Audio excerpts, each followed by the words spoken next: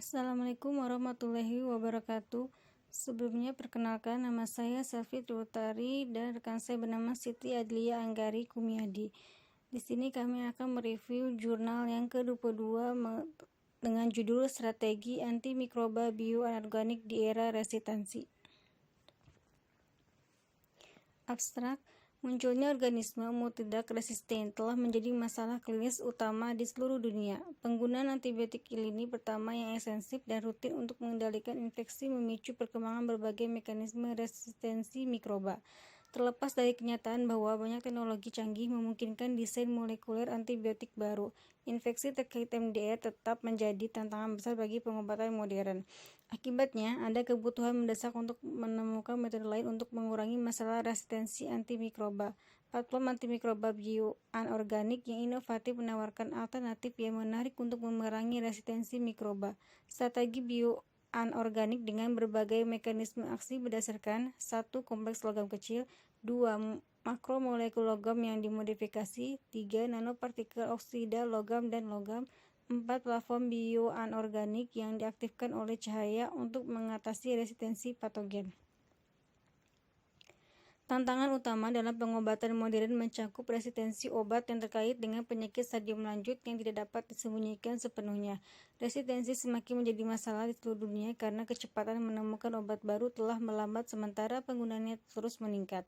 Penggunaan antibiotik dalam jumlah besar untuk mengendalikan infeksi pada penyakit manusia dan hewan telah menciptakan kondisi luar biasa untuk memobilisasi elemen resistensi dalam populasi mikroorganisme dan penangkapannya oleh patogen yang sebelumnya sensitif terhadap antibiotik.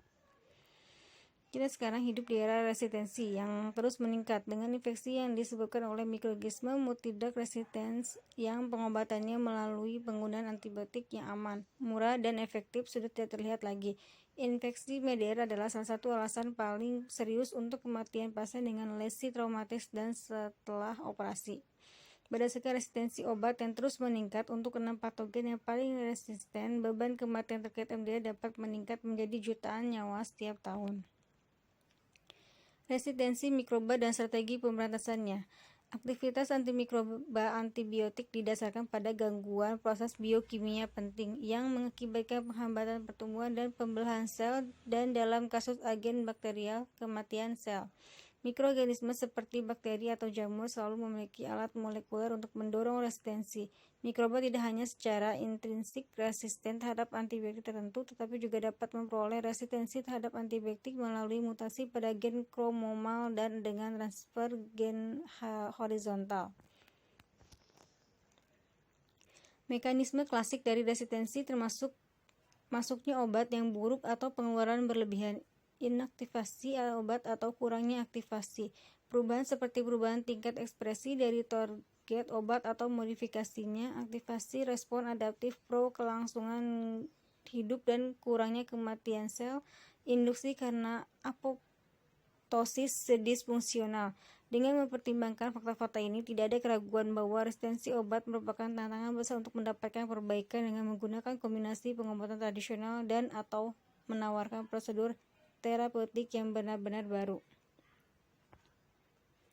Kedua mekanisme yang disebutkan menghambat peningkatan konsentrasi antibiotik ke dosis efektif di tempat kerja dan dengan demikian membuat administrasi tidak efektif. Banyak strain bakteri mengekspresikan gen resisten yang memungkinkan untuk kedua mekanisme ini terhadap beberapa kelas obat termasuk tetrasiklin, sulfonamida, quinon, aminoglikosida, chloramphenicol, makrolida atau streptogramin. Selain itu, penggunaan ion logam yang umum dan lama seperti tembaga, perak, dan merkuri sebagai agen antimikroba telah menyebabkan berkembangnya resistensi terhadapnya. Mekanisme penting lain dari resistensi antimikroba adalah perubahan genetik dari target antibiotik. Dalam kasus seperti itu, ekspresi gen resistensi yang mengkode vari modifikasi dan substrat terjadi yang menghasilkan aktivitas antimikroba berkurang. Jenis mekanisme resistensi ini biasanya mengacu pada beta-laktam, glikopeptida, sulfonamida, quinolon, aminoglikosida, makrolida, dan tetrasiklin. Jenis mekanisme resistensi antibiotik yang ketiga adalah obat molekul inaktivasi molekul melalui modifikasi kovalennya. Biasanya, inaktivasi agen antimikroba terjadi melalui modifikasi atau penghancuran enzimatiknya. Mekanisme ini didasarkan pada ekspresi enzim pengkode G resisten yang memungkinkan pergantian molekul obat. Modifikasi kovalen dari molekul obat adalah mekanisme resistensi terhadap beta-laktam, aminoglikosida, tetrasiklin, makrolida, quinolon, dan streptogramnya.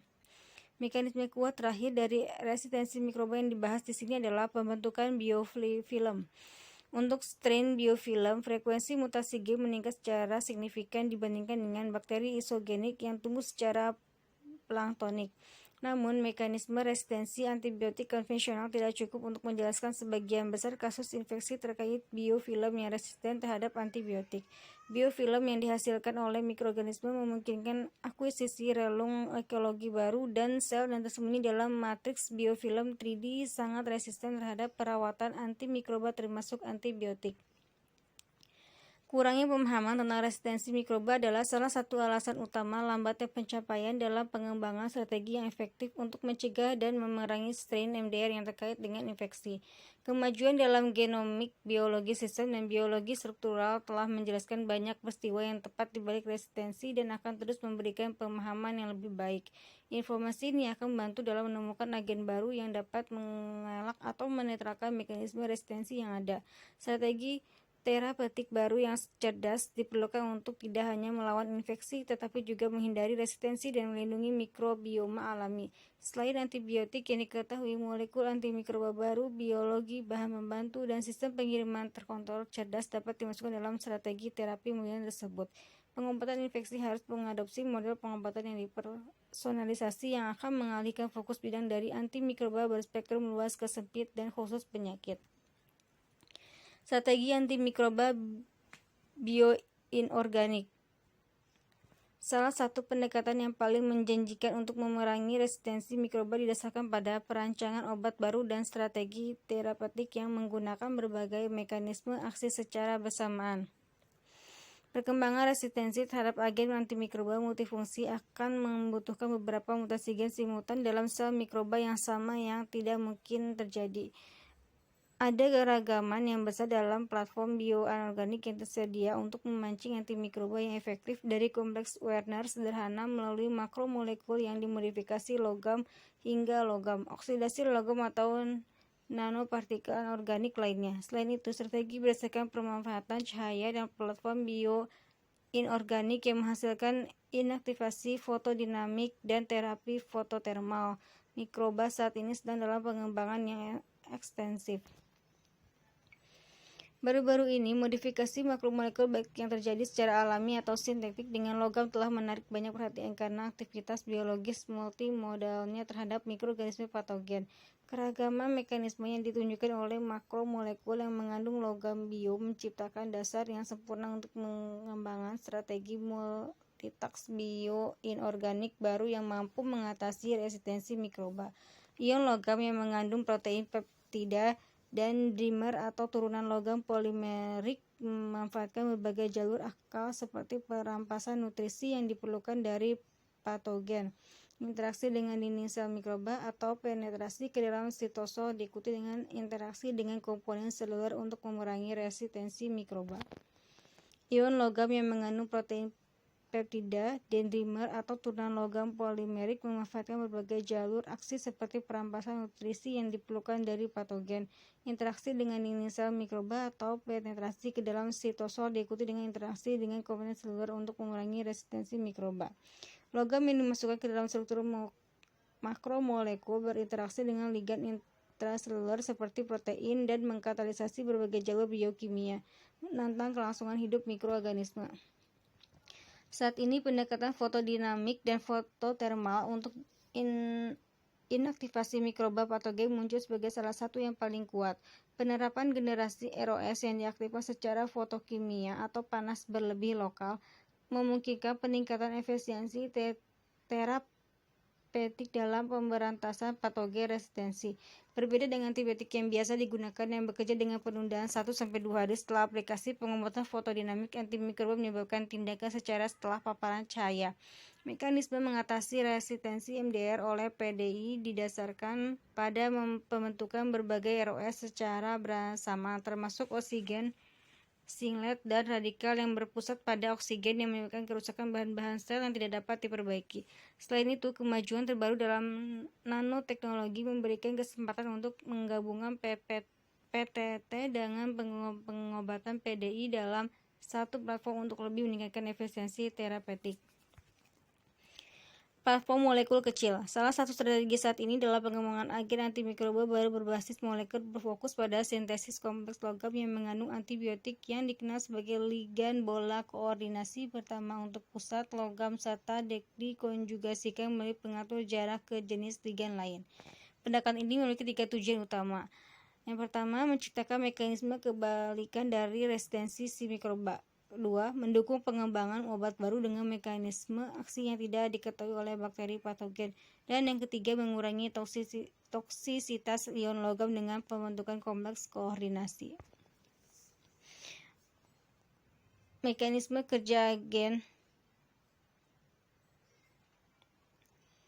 kompleks logam dapat berinteraksi dengan berbagai jenis biomolekul termasuk DNA, RNA, protein, dan lipid. Mekanisme toksisitas tergantung pada kimia logam serta ligan terkoordinasi. Salah satu mekanisme toksisitas logam yang paling banyak dipelajari terkait dengan aktivitas redoksnya, antara lain pembentukan rhizome.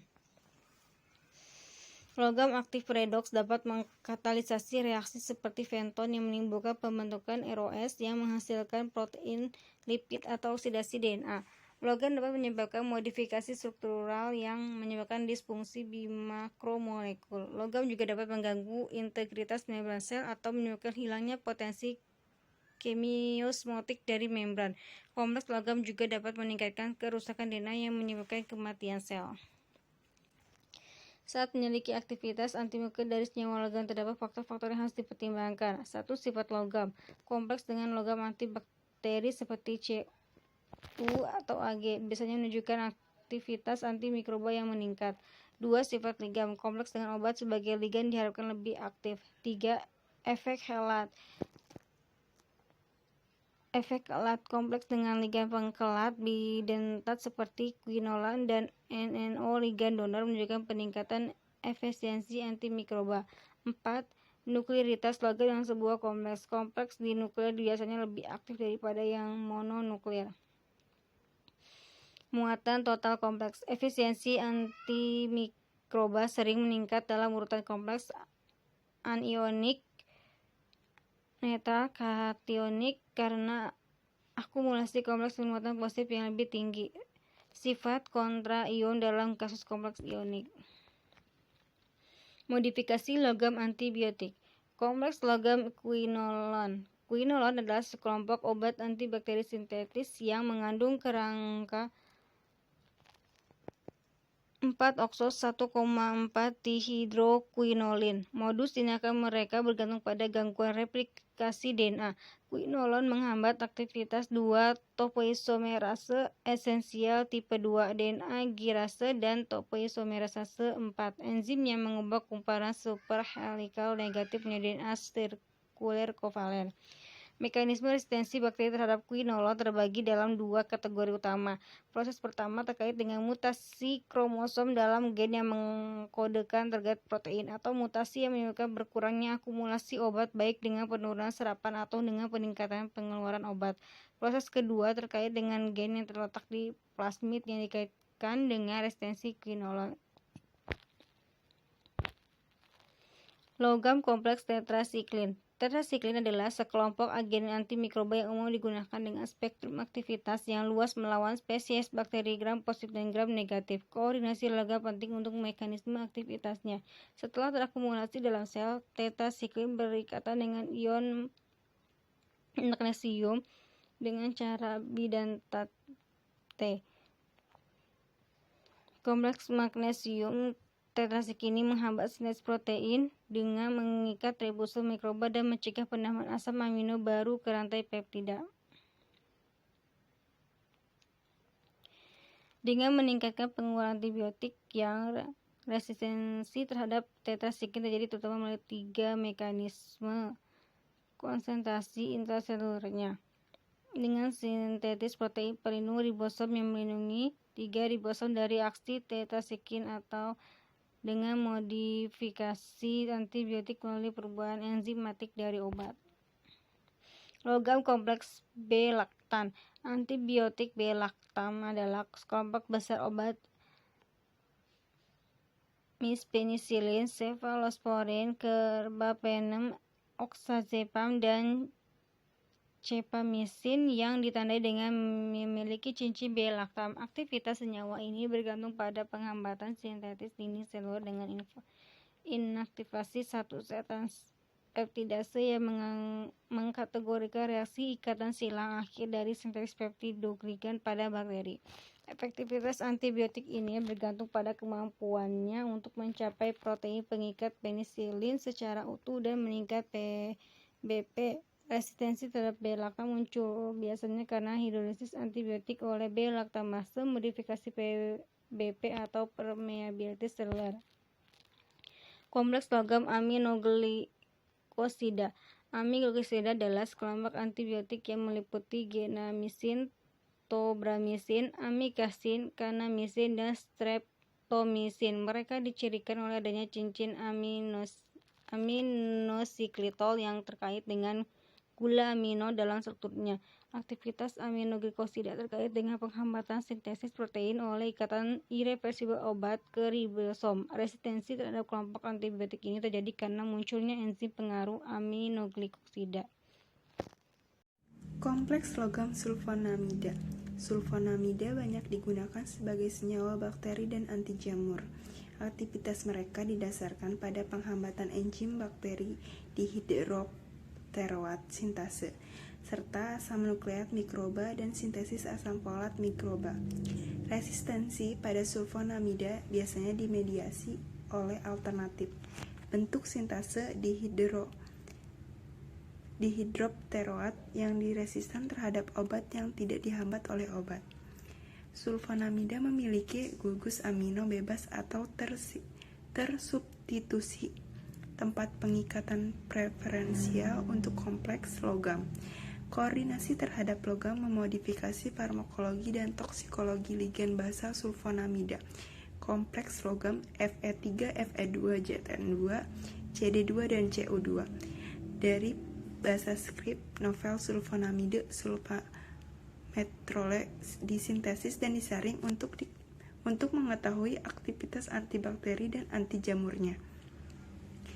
Kompleks disaring terhadap bakteri gram positif S. aureus dan bakteri subtilis, bakteri gram negatif Salmonella typhimurium dan E. coli, Ragice albicans, dan jamur Aspergillus fumigatus. Data aktivitas menunjukkan bahwa kompleks logam menunjukkan aktivitas antimikroba yang menjanjikan lebih unggul daripada antibiotik referensi chloramphenicol, cefalotin, dan sikloheksimida yang digunakan. Kompleks logam baru dengan aktivitas antimikroba dibagi menjadi 3, yaitu kompleks Ag, kompleks Ru, dan kompleks Fe. Kompleks lainnya. Baru-baru ini pendekatan baru menggunakan metalo kompleks desferriosamin gallium DFO-Ga untuk menargetkan metabolisme besi P. aeruginosa telah dilaporkan. Kompleks tersebut menunjukkan aktivitas bakterisidal terhadap bakteri planktonik serta pembentukan biofilm yang tersumbat. Penggunaan DFO-Ga sebagai sistem pengiriman kuda Troya yang mengganggu metabolisme zat besi menunjukkan harapan dalam pengobatan infeksi F. aeruginosa. Kompleks ini memiliki mekanisme 2 arah, yaitu kelasi oleh DFO dan perpindahan ion besi aktif redoks oleh ion gallium yang relatif inert di situs tertentu. Karena efek antimikroba dari DFO, GA, dan gentamicin tergantung pada dua mekanisme yang berbeda, pengobatan gabungan mereka menghasilkan efek sinergis yang luar biasa dan pengurangan yang luar biasa dalam jumlah sel yang dapat hidup. Dalam penelitian ini, kompleks organometalik iridium 1,2 diamina disintesis dan aktivitas antibakterinya diuji terhadap S. aureus dan isolat MRSA pasien yang berbeda. Kompleks logam transisi memiliki aktivitas antibiotik yang kuat yang membunuh 99% sel S. aureus dalam beberapa jam.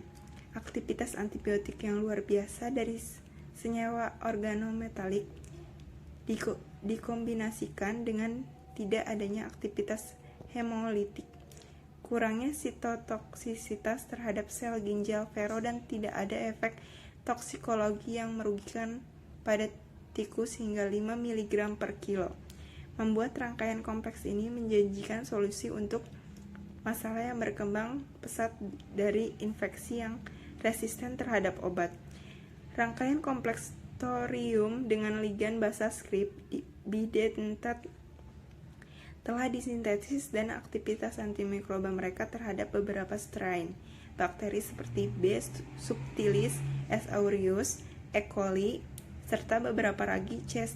tropicals dan spesies jamur A. Niger serupa dengan yang diketahui antibiotik amoxicillin. Platform makromolekul. Makromolekul memiliki berbagai bentuk molekul yang dapat menunjukkan sifat antimikroba. Makromolekul yang diturunkan secara alami dan sintetik saat ini sedang diselidiki dalam konteks peningkatan resistensi mikroba. Makromolekul antimikroba adalah alternatif yang menarik untuk antibiotik karena volatilitas yang rendah, ketahanan kimiawi. Dengan demikian, antimikroba jenis ini memiliki masa hidup yang lebih lama dan kompatibilitas lingkungan yang lebih baik dibandingkan dengan molekul kecil. Mereka digunakan baik sebagai zat aktif molekul tunggal dan sebagai sistem kompleks yang melekat pada nanopartikel atau sistem pembawa lain yang menunjukkan bioaktivitasnya sendiri. Fungsionalisasi nanomaterial dengan makromolekul mengarah pada efek sinergis yang muncul dari kemampuan makromolekul untuk mengontrol bentuk dan menyesuaikan sifat fisiokimia dan biologi dari nanomaterial. Mekanisme aktivitas antimikroba untuk makromolekul yang dimodifikasi logam. Aktivitas antimikroba makromolekul ditentukan oleh mekanisme aksi multimodal mereka, berdasarkan mikro-makromolekul yang berefisien dan multitask yang digunakan di alam untuk memerangi mikroorganisme. Makromolekul sintetis dirancang untuk memberikan keragaman yang sama dari mekanisme aksi antimikroba. Biomakromolekul multistak, peptida dan protein antimikroba memainkan peran penting dalam menangkal serangan patogen mikroba sehingga merupakan komponen penting dari sistem kekebalan bawaan. Biomakromolekul adalah agen antimikroba langsung dan perantara. Pengaruh langsung pada patogen dapat ditunjukkan oleh kekurangan nutrisi yang diperlukan dari patogen, interaksi dengan dinding sel mikroba, penetrasi ke dalam sitosol, dan interaksi dengan komponen seluler. Aktivitas tidak langsung terkait dengan peningkatan sistem kekebalan adaptif untuk menangani infeksi lebih lanjut. Oleh karena itu, protein dan peptida antimikroba inang mungkin memiliki peran ganda membunuh patogen secara cepat dan menginduksi modulasi imun. Biomakromolekul karena meningkatkan resistensi mikroorganisme terhadap antibiotik molekuler kecil dan gangguan serius, homeostatis, mikrobiota usus selama terapi antibiotik mikromolekul saat ini merupakan alternatif yang menarik. Protein dan peptida yang dikirim secara alami yang merupakan bagian dari sistem kekebalan bawaan terbukti menunjukkan aktivitas antimikroba, antibiofilm, dan imunoregulasi.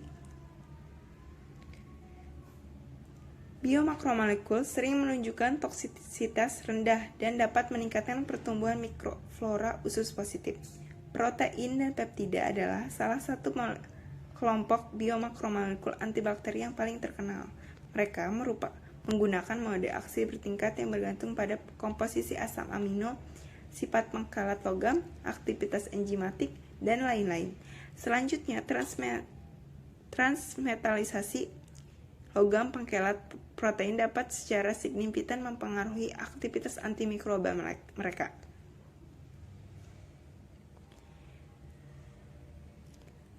Ada lactoferrin sebagai protein antimikroba multifungsi. Salah satu contoh terkenal dari protein antimikrobial multifungsi adalah lactoferrin LF, anggota keluarga transferrin yang biasanya ditemukan dalam berbagai cairan sekretori seperti usus, saliva, air mata, sekresi vagina, air mani, mukosa hidung, mukosa bronkial, dan dilepaskan oleh makrofag selama peradangan. Struktur LF melibatkan dua situs pengikatan logam ekivalen dengan afinitas tinggi terhadap Fe3 yang ditempatkan di setiap lobus. Jika menambang berbagai mekanisme aksi antimikroba, mengikat zat bersih agar tidak terjangkau oleh bakteri, mengikat komponen lipid.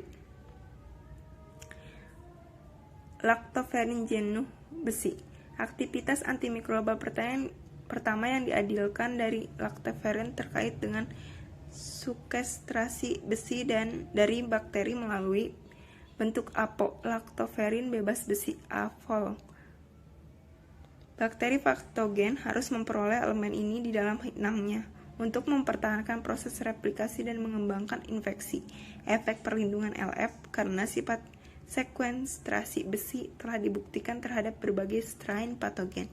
Meskipun masih belum ada konsistensi dalam peran lactoferrin jenuh besi dalam aktivitas antimikroba.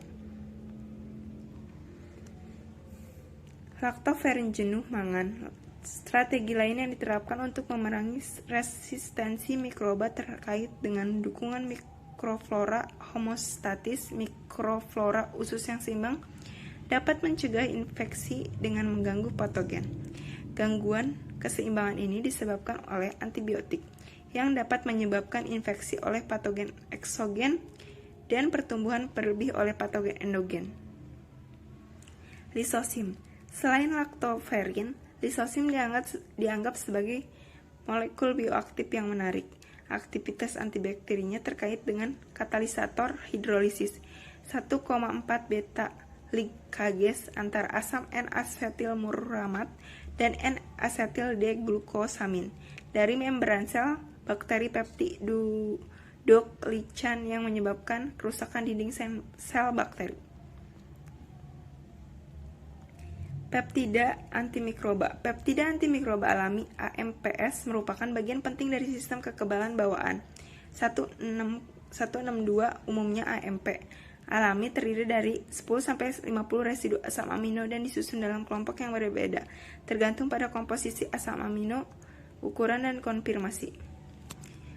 Makromolekul sintesis.